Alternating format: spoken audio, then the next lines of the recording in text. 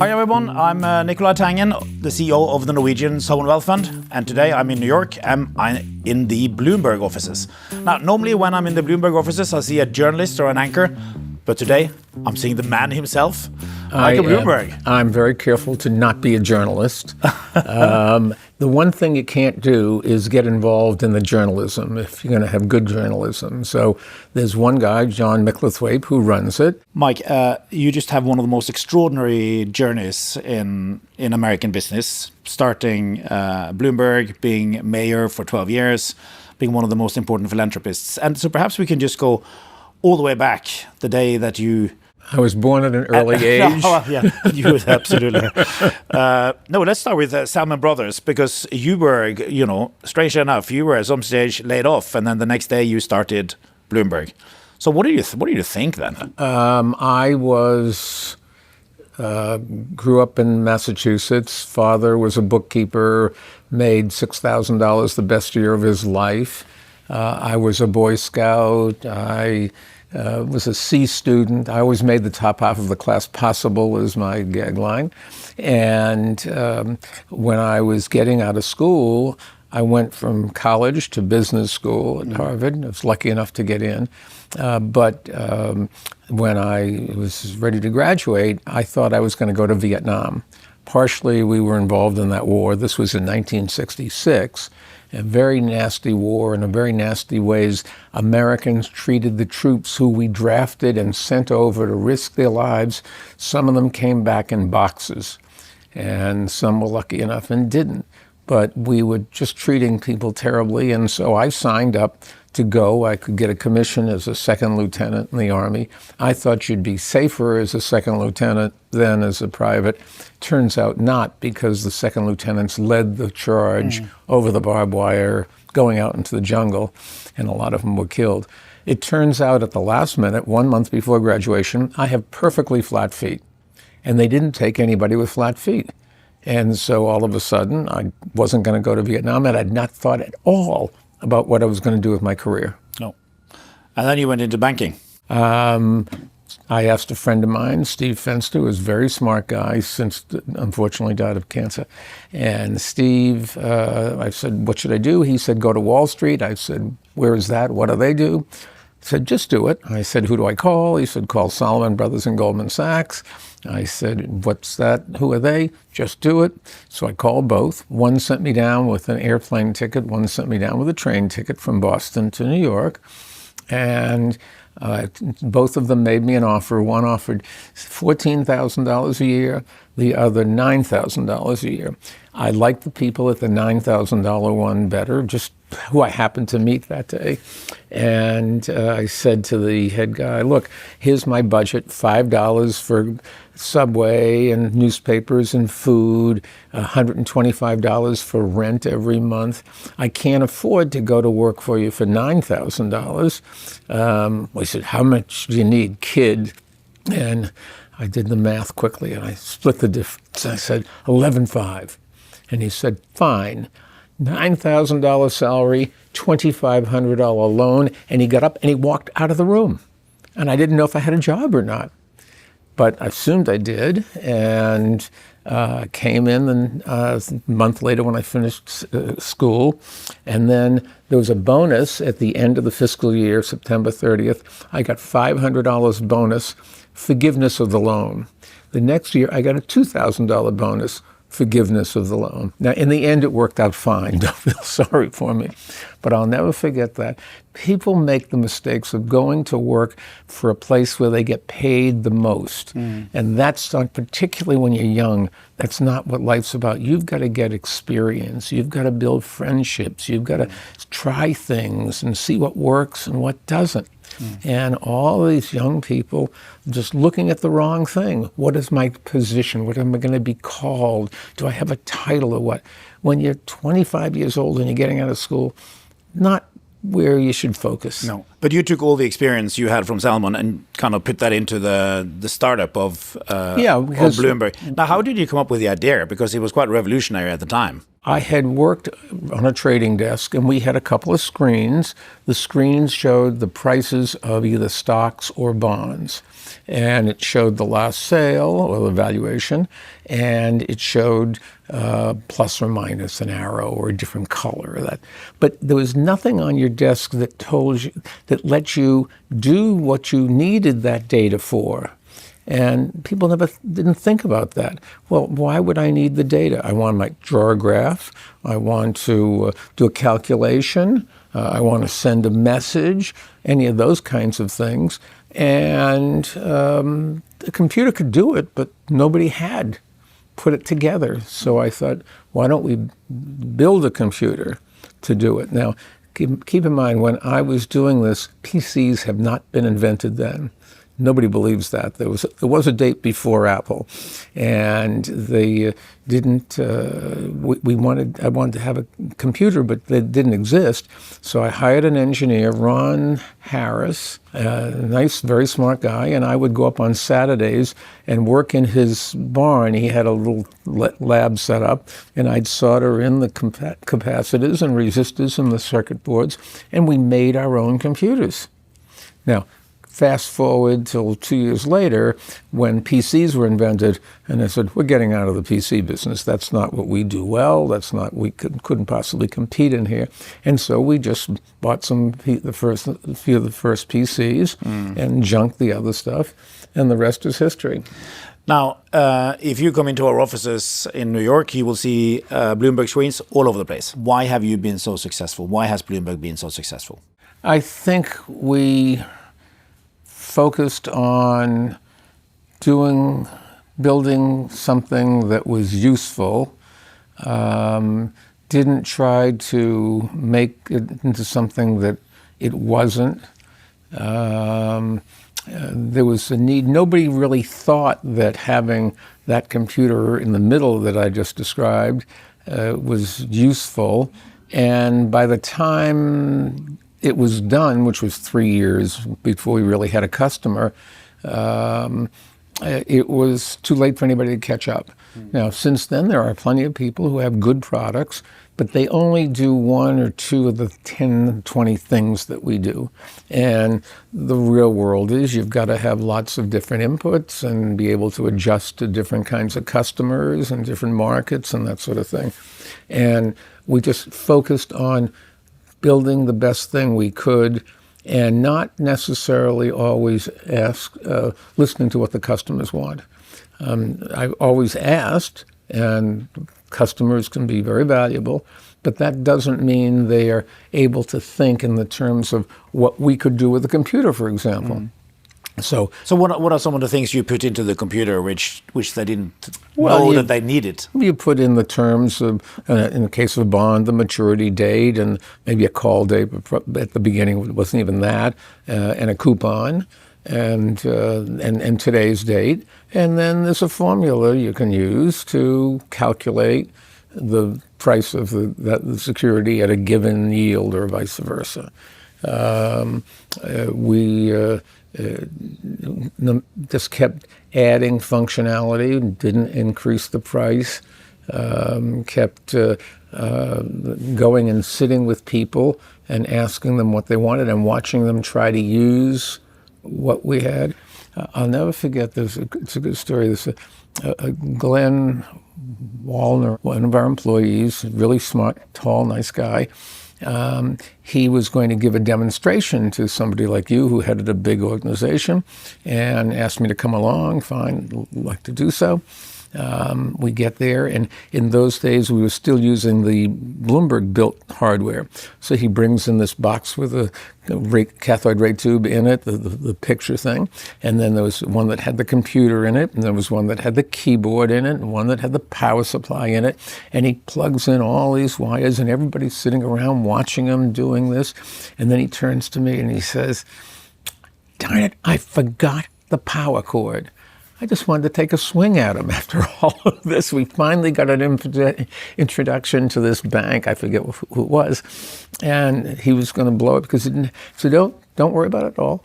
I've got my opens briefcase, and he had printed out copies of every single screen that we produced and could show it to them. And everybody had a good laugh about it. They bought they ordered a couple computers, or 2 or 3, maybe not more, right then and there. But the point of the story is it's that kind of preparation, that kind of willingness to keep going and not to let little things get in the way. And in your book, you talk about the important cultural aspects, and one of them is to outwork other people, and this is an example of that, right? What does it mean in practice to outwork other people? Well, you don't say no, you don't give up. You put a balance in life. You still want to be able to go out and, have a life, a family. So it's balancing hard work with enough time off to not get worn out or that sort of thing. But when are you? Now you are now 83, right? 83, and happy to be it. My ambition is to be 84. Are you still in the office most days? I've been taking some Fridays off, which is a little bit embarrassing, but yes. Fundamentally, I like to come in. When are you here in the morning? I get up at 5:15 automatically. If I didn't even set the alarm, I probably would. Girlfriend and I both get up. I take a shower, do some exercises with a trainer a couple times a week, and then go to work. And I'm here by 7 at the latest, maybe a little bit earlier. Is this the kind of work ethic which everybody in Bloomberg has? An awful lot do. People here, we have very low attrition rate. People here like to be here. At least they tell me they do, and I think it looks to me like they do. And when I go to visit a customer, I'll always take along a few salesmen or maybe an engineer or two. And I will say I am just impressed with how well trained they are and how focused they are in a nice ways. You also talk about the importance of taking risks and encouraging people to take risks. What type of Well, you have risks do to you want try people to take? things. It's a stupid idea, but maybe it might work. Now, you can't do all the stupid ideas, and not all of them will work, but just because it's not conventional doesn't mean you shouldn't take the shot and do it. When somebody comes to me and they want to try something, I say, well, try it. Can't believe it's going to work. And I try to ask questions and explain to me what's going on. But if they have a gut feeling that it's going to work, you want to encourage them, even if I'm right and it doesn't work. If you try something here and it doesn't work, you can go back and I'll make sure that you and I are seen walking together, telling a joke to each other. I want people to understand you don't have a penalty if things don't work. Quite the contrary, the fact that you tried is a plus, and that's going to help your career. Some people put their offices in cheap places to save money, whilst you put them in the most expensive places, and you make great offices. Well, it's fascinating. I read in the paper every day another company is going to use AI to get rid of the people who aren't paid very much, who deal with their customers. Last time I checked, a really important group was your customers, and you don't want to pull away from giving as much service to them as you can. Same thing with the physical location. I want you to come into the office and that sort of thing. I'll never forget the first time we opened an office in Tokyo. We hired one guy, and I was there at the time, and he couldn't start until his parents came to see the office and approve it. Now, it was a dumpy little thing in a hotel, in an office building or something, and I've long since lost the name. But I'm a believer that you want to have people like what they're doing, be proud of what they're doing. The most important asset this company has is its employees. So for that reason, you certainly want to provide as good facilities as you can. Now, you don't have to go crazy, but you can find things to make people proud of where they work, that they can bring their friends in, and some envy, saying, look, this is where we're different. And it's, I've been doing it for 44 years, with the exception of 12 years I went to City Hall in the middle. And I've always tried to get the best facilities. One of our employees yesterday was in a head-on collision with a drunken driver, 7 broken bones, she said, and I called her this morning in the hospital. Her husband was there, expressed my condolences, assured them that our insurance policy, you can't spend more on insurance than we do. It covers everything, and they shouldn't worry about that. They, of course, our HR department had already been over, and they know how to take care of people. But we have 26,000 employees. Yeah, but so you got 26,000 people and you call somebody who's in an accident. Yeah. If you have 26,000 people, you're probably going to have somebody that either they or their spouse or their child is injured or dies every week. And those calls I always make. Sometimes I have to have a translator on the phone because I don't happen to speak whatever language they do. And it just says to everybody that I consider and the management considers and your coworkers consider that you're valuable and that you're a nice person and that we're in this together and we're going to have success together.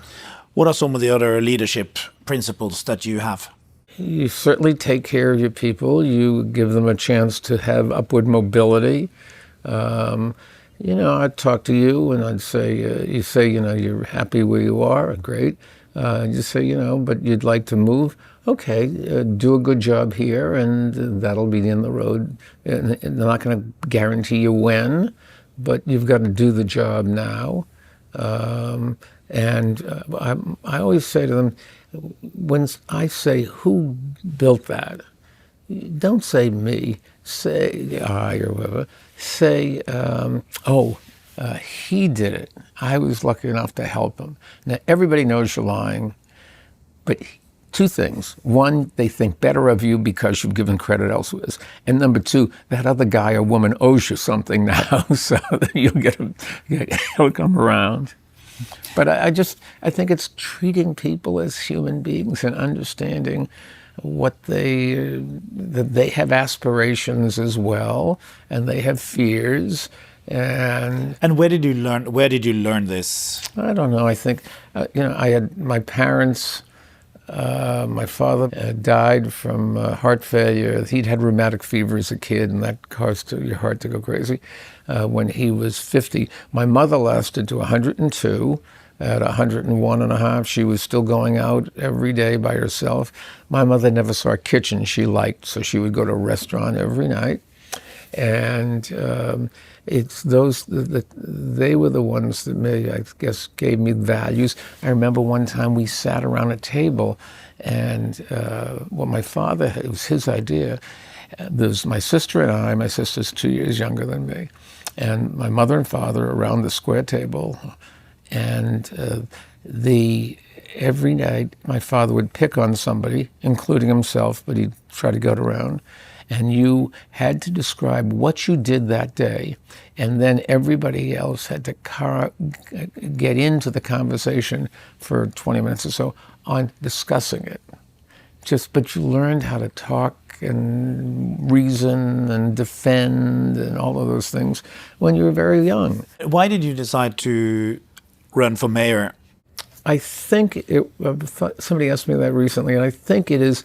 I was really annoyed that you kept reading that you couldn't do anything about education, and the kids were getting it was the teachers' unions really which I understand the teachers' union. They're to defend not the students. They are there to defend the teachers.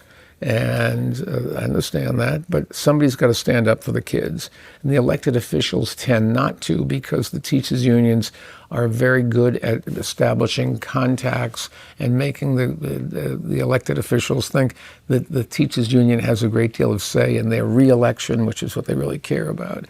So the test scores were going down, and everybody said you couldn't do anything about it. And I thought to myself, that's not true. I think you could do something about it.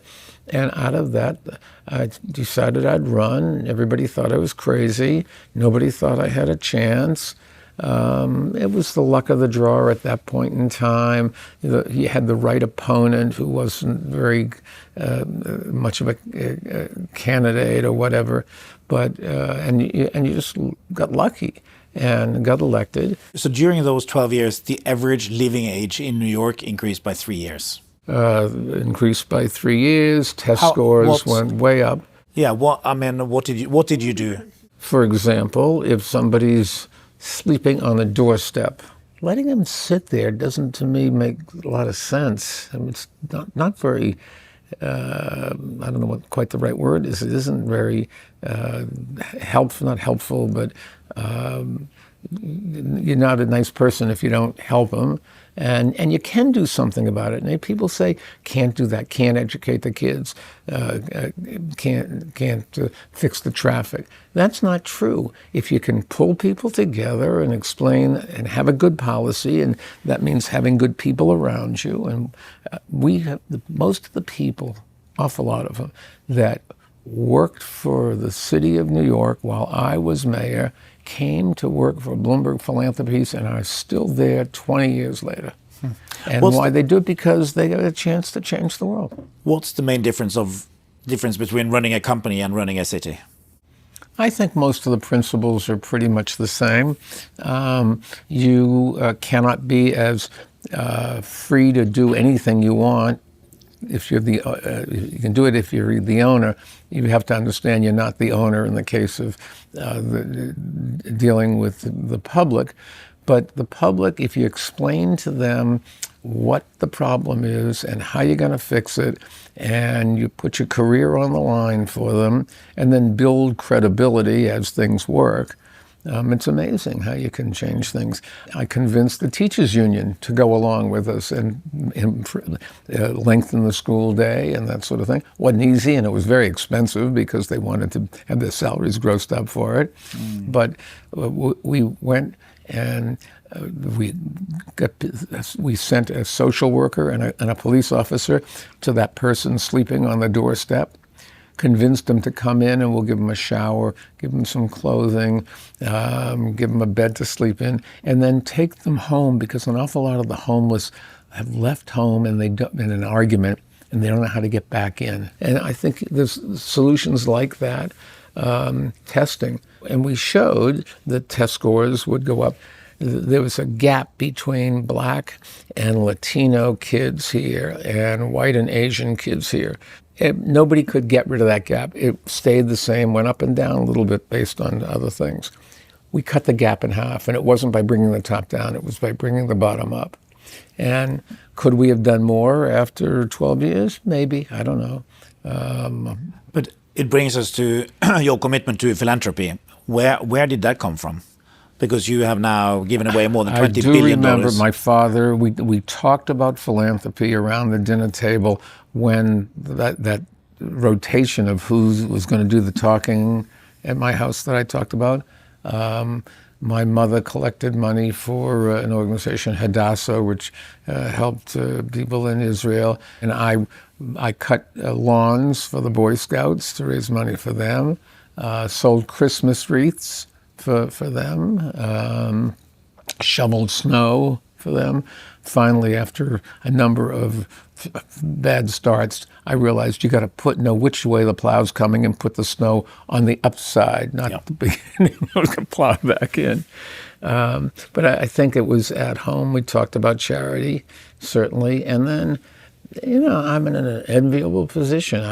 I don't need another set of golf clubs, but I do want to have the satisfaction of maybe saving somebody's life, or helping a kid get an education, or curing a disease, or that's heady stuff. You just sit there and before you close your eyes and go to bed, it's like,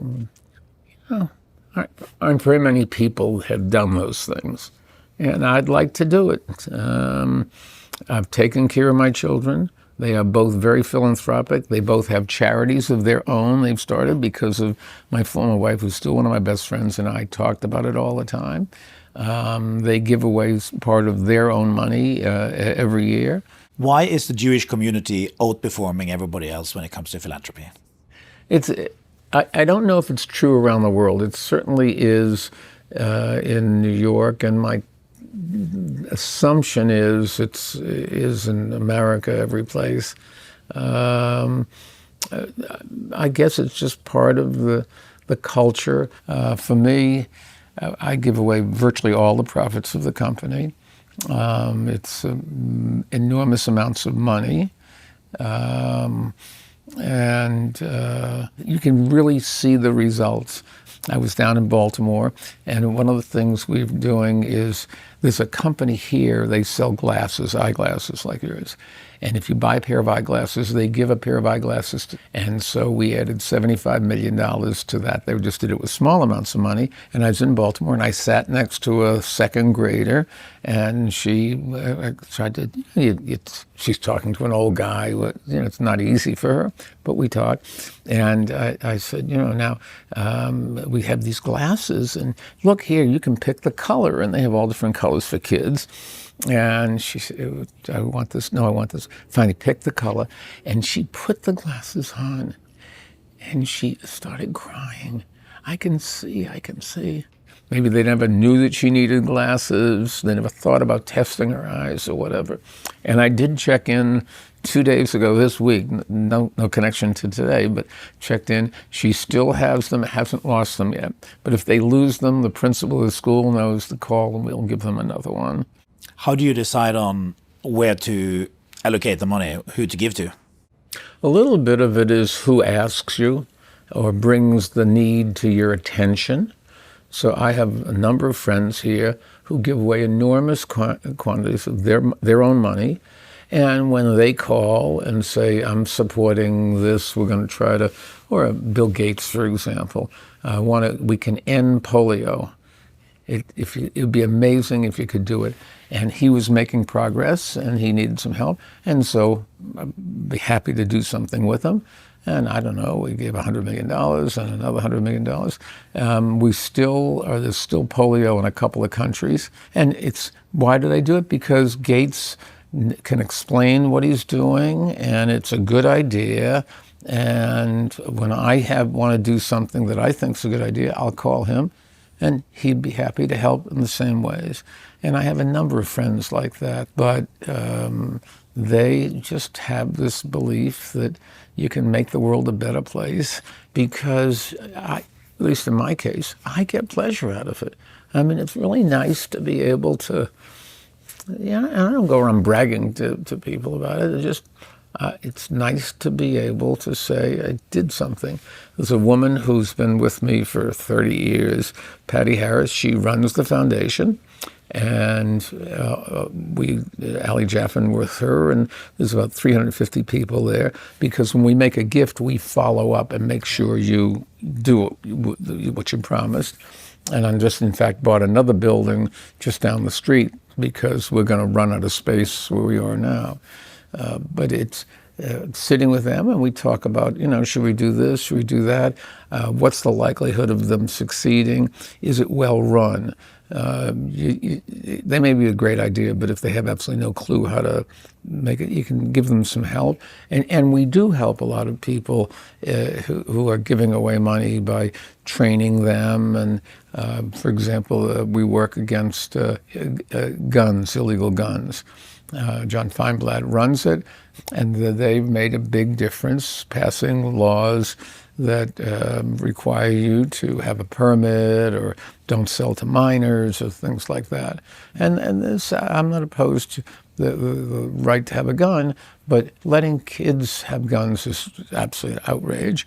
And also, if you have a gun in your household, your gun, and you hide it away all the time, you're 20 times as likely to get killed by that gun than if the gun wasn't there. Oh, wow. And it's because the kids, you know what kids will do? You look in your mother's pocketbook, and you look at what's on the top shelf up there, and that sort of stuff. And with Patty and Ali, we go over, and then we have Anthony Williams works on the environmental stuff. And we just paid for a new satellite up there to look for methane. Methane is worse than coal even. You can now, however, see it come out of the ground. Typically it's about when they're drilling for oil. And then we'll call up and say, look, you can sell that methane and make money out of it. And most of them, I didn't realize that, and they want to go along. We've closed over half of the coal-fired power plants in Europe, and I think it's about 75% of the coal-fired power plants in America. And so it's been very successful. Yeah. We have a long ways to go, yes, and the planet is warming at a rate that is going to be cataclysmic for everybody. But you can sit around and say, well, I'll just throw my hands up, I can't do anything. No, we're going to keep working and see what we can do. You mentioned your shelf, and I appreciate you haven't got a gun on your shelf, but you have some Spanish books on your shelves. You're a diehard believer in lifelong learning, and you are the best example I can think of. So how do you continue to learn? Well, I mean, this morning I was studying irregular verbs in Spanish. And if you said to me, should you spend your time learning a foreign language, I can tell you, Apple now has earplugs that will translate for you. And the software is in the phone, but whatever. And, so you can talk to anybody in any language. So why do you then try to learn irregular verbs? I'm not an athlete. I come from a family where sports was never mentioned in the house. And so I picked up a sport, picked up golf because it's something you can do on your own, and I needed some intellectual thing, and so I got a D in French, and I went to school. When I went to college, there was a German requirement. This was in 1960. Why German? Because nobody had translated the science during World War II, and so I thought, there was a requirement to learn to speak German. 3 days in German class, I changed the engineering school. I was never going to learn German. But that was something I failed at it or didn't have the guts to go along with it. And so why not try it, Do you think you'll ever retire?